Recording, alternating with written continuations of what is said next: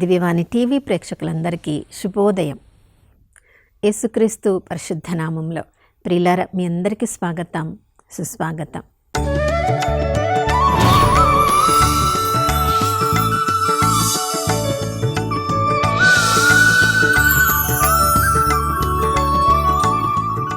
గడిచిన కాలమంతా కంటికి రెప్పలా కాచుకున్న ఆ దేవాది దేవునికి పూర్ణ హృదయంతో, పూర్ణ ఆత్మతో, పూర్ణ శక్తితో వందనాలు తెలియచేద్దాం.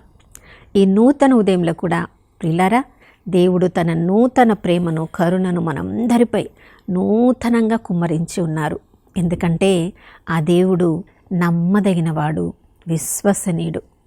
ఎవరెవరైతే ఆ ప్రభు ప్రేమ కొరకు ఎదురు చూస్తూ ఉంటారో, ఉదయమే లేచి ప్రభు సన్నిధిలో కూర్చొని ఆయన యొక్క కరుణ కటాక్షముల కొరకు నిరీక్షణలో ఉంటారో, ఆయన నమ్మదగిన తనము ఎప్పుడు కూడా వారి వెంట ఉంటుంది. ప్రియులారా, నిన్నటి దినమున మన జీవితము మనకే నచ్చి ఉండకపోవచ్చు. మనము మన జీవిత విధానము ఎందుకు ఇలా చేశాను, ఎందుకు ఇలా మాట్లాడాను, ఎందుకు ఇలా అయింది అని మన జీవితం గురించి మనమే సంతృప్తిగా లేనప్పుడు, ప్రియులారా, నేనిక ముందుకు సాగలేనేమో అన్నప్పుడు కూడా దేవుని కృప, కరుణ మన వెనువెంట ఉండి మనల్ని ముందుకు సాగేలా చేస్తుంది. ప్రియులారా, అందుకనే 106వ కీర్తనలో కీర్తనకారుడు అంటున్నాడు, ఎల్లప్పుడూ ఆ దేవునికి వందనములు చెప్పండి, నిరంతరము ఆ ప్రభువుకి స్తుతులను అందచేయండి. ఎందుకంటే ఆ ప్రభువు మంచివాడు, ఆయన కృప నిరంతరము ఉండును. ఆయన మన జీవితంలో అద్భుత కార్యముల మీద అద్భుత కార్యములు ఆయన చేస్తూనే ఉంటారు. ప్రియులారా, ఇప్పటి వరకు ఆ ప్రభువు మన జీవితంలో, మన కుటుంబంలో చేసిన అద్భుత కార్యములను మనం వరుసగా చెప్పాలంటే వాటన్నిటిని గుర్తుంచుకొని చెప్పగలమా? ఆ ప్రభువు మన జీవితంలో చేసిన అద్భుత కార్యములకు తగినట్లుగా ఆ ప్రభువుని స్తుతించగలమా? అయినప్పటికీ కూడా మనం ఎంత తక్కువగా ఆ ప్రభు పట్ల కృతజ్ఞతా భావము లేనప్పటికీ ఆ ప్రభు మంచితనము మన వెనువెంటనే ఉంది. ప్రియులారా, ఆయన కృప ఎప్పుడు కూడా మనల్ని విడనాడదు. కానీ ఒకవైపు మనల్ని మనం చూసుకుంటున్నప్పుడు, ఇంకా 106వ కీర్తనలో మనం ఇంకా చదువుతున్నాము, దేవుడు ఒకవైపు తన మంచితనాన్ని చూపిస్తూనే ఉన్నారు. ఆయన మంచితనాన్ని మరచిపోయి మరలా మనం పాపంలో పడిపోతూనే ఉన్నాం, దుష్టులం అవుతున్నాం, దుర్మార్గులం అవుతున్నాం.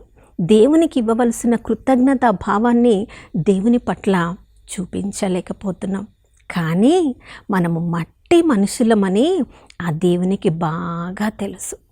అందుకనే దేవుడు మన జీవితంలో చేసిన ఆశ్చర్యకులను, అద్భుత కార్యములను మనం గుర్తుంచుకొని వందములు చెప్పనప్పటికీ కూడా ఆయన కృప మనల్ని నడిపిస్తూ ఉంది. ప్రియులారా, చూడండి, కుటుంబంలో పిల్లలు ఎప్పుడు కూడా తప్పులు చేస్తూ ఉంటారు.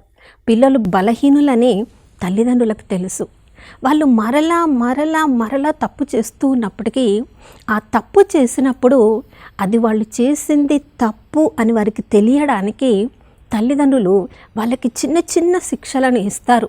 ఎందుకంటే ఆ శిక్షను వాళ్ళు అనుభవించడం ద్వారా అలాంటి తప్పు మరలా చేయవద్దని. కానీ మరలా వాళ్ళకి క్రమశిక్షణ ఇచ్చిన తర్వాత తల్లిదండ్రుల ప్రేమ ఆ పిల్లల పట్ల నిరంతరం కూడా కొనసాగుతూ ఉంటుంది. ప్రియులారా, ఈ లోకంలో ఉన్నప్పుడు మాత్రమే ఈ కుటుంబము, తల్లిదండ్రులు, బిడ్డలు, ఈ బాంధవ్యాలు, ఈ లోకంకే పరిమితమైన ఈ తల్లిదండ్రుల ప్రేమనే అంత ఉంటే, నిత్యత్వములో తండ్రితో ఉండవలసిన మనము ఇంకా ఆయన ప్రేమ తన పిల్లల మీద ఎంతగా ఉంటుందో. మనం మరలా పాపము చేసి దేవుని నుంచి దూరంగా వెళ్తున్నప్పటికీ ఆ దేవుడు మనల్ని క్రమశిక్షణలో పెట్టి చిన్న చిన్న శిక్షణలు ఇచ్చి మరలా తన ప్రేమతో మనల్ని ముందుకు కొనసాగింపచేస్తూ ఉన్నారు. 106వ కీర్తనలో మనం ఇశ్రాయేలు ప్రజల జీవితాన్ని మనం చూసినప్పుడు చూడండి, మరలా వాళ్ళు పాపంను కట్టుకుంటున్నారు. ఆ ఐగుప్తు ప్రజలను వదిలి వేసి బయటికి వచ్చిన తర్వాత ఇక ఐగుప్తు నుంచి మనకు విడుదల వచ్చింది అని సంతోషంగా వాళ్ళు ముందుకు కొనసాగుతూ ఉన్నప్పుడు చూడండి, అకస్మాత్తుగా వాళ్ళకి ఎర్ర సముద్రం కనిపించింది. రెల్లు సముద్రం చూసినప్పుడు అయ్యో దీని నుంచి ఎలా దాటుకొని పోతామో అని ఆలోచిస్తున్నప్పుడు దేవుడు వాళ్ళకి దారి చూపిస్తాడని వాళ్ళు అనుకొని ఉండవచ్చు. ఇక్కడ మనం గుడారములు వేసుకొని దేవుడు దారి చూపించే వరకు మనం ప్రశాంతంగా ఇక్కడ కాలాన్ని గడపవచ్చని వాళ్ళు ఆలోచించడానికి సమయమే లేదు ప్రియులారా. ఎందుకంటే వెనుక నుండి ఫరో సైన్యము వాళ్ళని తరుముతూ వస్తుంది. ముందు చూస్తే రెల్లు సముద్రం, వెనక చూస్తే ఫరో సైన్యం. చూడండి, అప్పటి వరకు దేవుడు వాళ్ళ జీవితంలో ఎన్నో అరిష్టాలను ఐగుప్తు దేశ ప్రజల పట్ల కలిగించి వాళ్ళని విడుదల చేసింది మర్చిపోయారు వాళ్ళు. రెల్లు సముద్రము ఫరో సైన్యమును చూడగానే మోషే మీద గునగడం మొదలుపెట్టారు. చూడండి ప్రియులారా, కానీ మనుషుల బలహీనత ఎరిగిన దేవుడు తన అద్భుత కార్యాన్ని మరొక్కసారి చూపించడానికి మోషేను ఉపయోగించుకొని రెల్లు సముద్రాన్ని చీల్చి పొడి నేల మీద వాళ్ళని నడిపించారు. అప్పటికైనా ప్రభు మన పట్ల ఇంత గొప్ప కార్యాలు చేస్తున్నారు కదా అని అన్ని విషయాలు ప్రభు చూసుకుంటారులే అని సంతోషంగా ప్రభుకి వందనాలు చెప్పి ముందుకు సాగిపోవాలి కదా. ఆ ముందుకు సాగిపోతున్న క్రమంలో మరొకసారి ఐగుప్తు వాళ్ళకు గుర్తుకొచ్చింది. అక్కడ ఉన్న చేపలు, అక్కడ ఉన్న మాంసము, అక్కడ ఉన్న కూరగాయలు అన్నీ గుర్తుకు వచ్చి ప్రియులారా చూడండి, దేవుని మీద, దేవుని సేవకుల మీద వాళ్ళు గొనుగుతూ ఉన్నారు. ప్రభు వాళ్ళకి కావలసినంత ఆహారం ఇచ్చారు. కానీ మనుషుడు కేవలము రొట్టె వలననే జీవించడు, దేవుని నోటి నుండి వచ్చే మాట ద్వారా జీవిస్తాడని చెప్పడానికి చూడండి కావలసినంత భుజించారు. కానీ వాళ్ళు వ్యాధి బారిన కూడా పడవలసి వచ్చింది. వాళ్ళు కేవలము దేవుని మాట ద్వారా మనం జీవిస్తున్నామని నేర్చుకోవడానికి ఆ వ్యాధిని వాళ్ళు అనుభవించారు. కానీ దేవుడు వాళ్ళ మొర విని దాని నుంచి మరలా విడుదలను కలిగించారు. దేవుడు ప్రతిసారి మోషేను, అహరోనును ఉపయోగించుకొని వాళ్ళ మధ్య గొప్ప కార్యాలు చేస్తున్నారు ప్రియులారా. అదైనా గమనించి ఆ దేవునిచే అధికారులుగా ఎన్నుకోబడిన, నాయకులుగా ఎన్నుకోబడిన మోషేను, అహరోనును ఇశ్రాయేలు ప్రజలు గౌరవించాలి కదా. 106వ కీర్తన 13వ వచనం నుంచి మనం చదువుతున్నాము. ఎప్పుడెప్పుడు వాళ్ళకు శ్రమ కలుగుతుందో ఆ నాయకుల మీద, అధికారుల మీద గొనుగుతూ ఉన్నారు. ప్రియులారా, మన మీద ఎవరైనా అధికారులుగా ఉన్నారంటే అది వాళ్ళకు సొంతగా వాళ్ళు సంపాదించుకున్నది కాదు. దేవుని అనుమతి లేనిదే ఎవరికి ఏ అధికారము రాదు. మనం ఏ అధికారినైనా గౌరవిస్తున్నామంటే ఆ అధికారం ఇచ్చిన దేవుణ్ణి గౌరవిస్తున్నట్లు. వాళ్ళు మోషే మీద, అహరోను మీద గునిగారు. చూడండి, ఆ గునగడానికి ఆరంభించిన దాతాను, అబిరాము భూమి అది బ్రద్దలైపోయి వాళ్ళను, వాళ్ళ కుటుంబాలను మృంగివేసింది. అగ్ని వాళ్ళను నాశనం చేసింది. దేవుని అధికారాన్ని బట్టి దేవుడు ఎవరెవరిని నాయకులుగా, అధికారులుగా మనకి ఇచ్చారో వాళ్ళని మనము గౌరవించాలి. అంతేకాదు ప్రియులారా, చూడండి, ఇంకా ముందుకు ఇశ్రాయేలు ప్రజలు సాగిపోతూ ఉన్నప్పుడు వాళ్ళకి ఎక్కడెక్కడ దాహమైందో ప్రభువే మేఘస్తంభంలాగా, అగ్నిస్తంభంలాగా ఉండి వాళ్ళ వెనువంట ఉన్నారు, వాళ్ళ అవసరములన్నీ ఎరిగి ఉన్నారని తెలిసినప్పటికీ కూడా ఆ దాహానికి వాళ్ళు గొనుగుతూ ఉన్నారు. కాబట్టి చూడండి, ఆ ప్రభావము మోషే మీద కూడా పడింది. వాళ్ళు ఎంతగా ఆ మోషేను విసిగించి ఉండకపోతే, మోషేకి దేవుడిచ్చిన సూచనలను పాటించకుండా ఆ ప్రజలు అక్కడ గలిబిలి అనే ఆత్మకు వాళ్ళు గురి అయ్యారు. మోషే మెరిబా అక్కడ జలముల దగ్గర దేవుడు మోషేతో చెప్పారు, నువ్వు ఆ కొండకు నువ్వు ఆజ్ఞాపించు అన్నప్పుడు చూడండి, దేవుని సూచనను అతడు మరచిపోయేలా, అతనికి కోపం వచ్చేలా ప్రజలు చేశారు. కాబట్టి ఆ రాతికి ఆజ్ఞాపించడానికి బదులు 2 సార్లు తన వద్ద ఉన్న ఆ రాతిని కొట్టాడు. కాబట్టి చూడండి, ఆ ప్రజలు తమ యొక్క అవిధేయతకు కనాను ప్రాంతానికి వెళ్ళలేకపోయారు. కానీ ఆ ప్రభావాన్ని మోషే కూడా అనుభవించేలా చేశారు. ప్రియులారా, దేవుడు ఎంత పవిత్రుడైన దేవుడు! అంత పవిత్రుడైన దేవుణ్ణి వాళ్ళు ప్రక్కన పెట్టి ఒక బాలు దేవతను, ఒక ఎద్దు రూపంలో ఒక ఆకారాన్ని చేసుకొని నీవే మాకు దేవుడమని వాళ్ళు పూజిస్తూ ఉన్నప్పుడు ఆ దేవుని హృదయము ఎంత ముక్కలైపోయిందో కదా. కానీ మోషే చూడండి, ఒక వారధిలాగా దేవుని ముందు నిలబడి ప్రభా, నీవు ఈ ఎడారిలో ఈ ప్రజలను నాశనం చేస్తే అందరూ నిన్నే అనుకుంటారు. అక్కడ ఐగుప్తులో వీళ్ళను నాశనం చేయకుండా ఎడారిలో నాశనం చేయడానికి ఆ దేవుడు తీసుకుని వెళ్ళాడని ప్రభా నీ మీదనే నేరం మోపుతారని వారి మధ్యలో ఒక వారధిగా విజ్ఞాపనకర్తగా ఉండి చూడండి, మోషే వారి కొరకు ప్రార్థించి వారి యొక్క పాపమునకు పశ్చాత్తాపం పడేలా చేశాడు.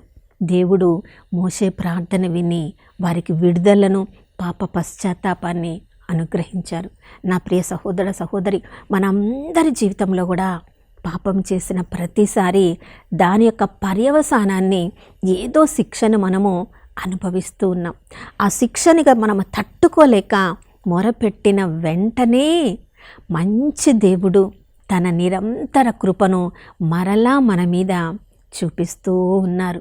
కాబట్టి మన జీవితంలో, మన వ్యక్తిగత జీవితంలో కానీ కుటుంబ జీవితంలో కానీ ఎక్కడెక్కడ దేవునికి ప్రీతికరం కాని విధంగా మన జీవితాలు ఉన్నాయో ప్రతిరోజు కూడా మన పాపాన్ని ఒప్పుకొని పాప పశ్చాత్తాప పడడం ద్వారా, లేదా మన కుటుంబ సభ్యుల కొరకు ఎవరెవరు మనల్ని ప్రార్థన చేయమని అడిగారో మోసే వల్లే విజ్ఞాపన చేయడం ద్వారా దేవుని మందలోనికి మరొక్కసారి వాళ్ళని తీసుకొని రావచ్చు.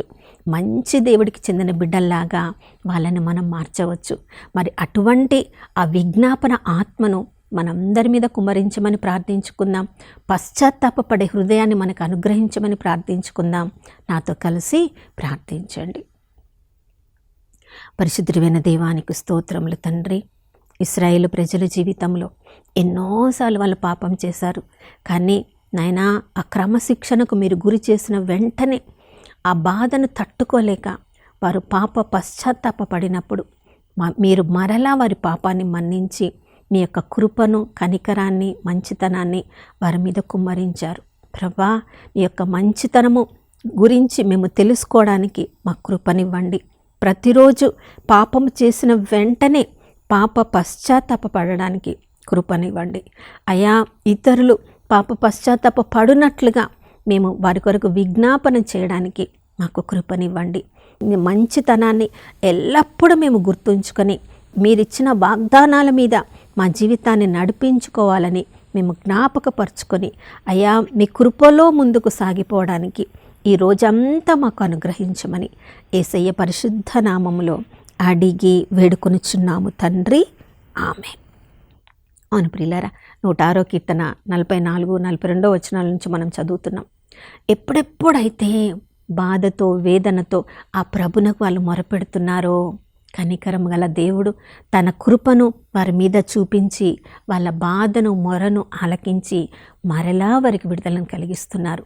ఈరోజు మన జీవితంలో మనం పశ్చాత్తాప పడిన వెంటనే దేవుని కృప మరొక్కసారి మనల్ని ఆవరించడం ఈరోజు మనం అనుభవించబోతున్నాం. అందుకుగాను ఈరోజు అంతా కూడా ఆ దేవుని స్తుతించుదాం, ఆరాధించుదాం, ఘనపరచుదాం. మరొక నూతన శుభోదయంలో మనం అందరం కలుసుకునే వరకు దివ్యవాణి టీవీని వీక్షిస్తూ ఉందాం. ఇమ్మానుయేలు, ప్రభు మనతో ఉన్నారు.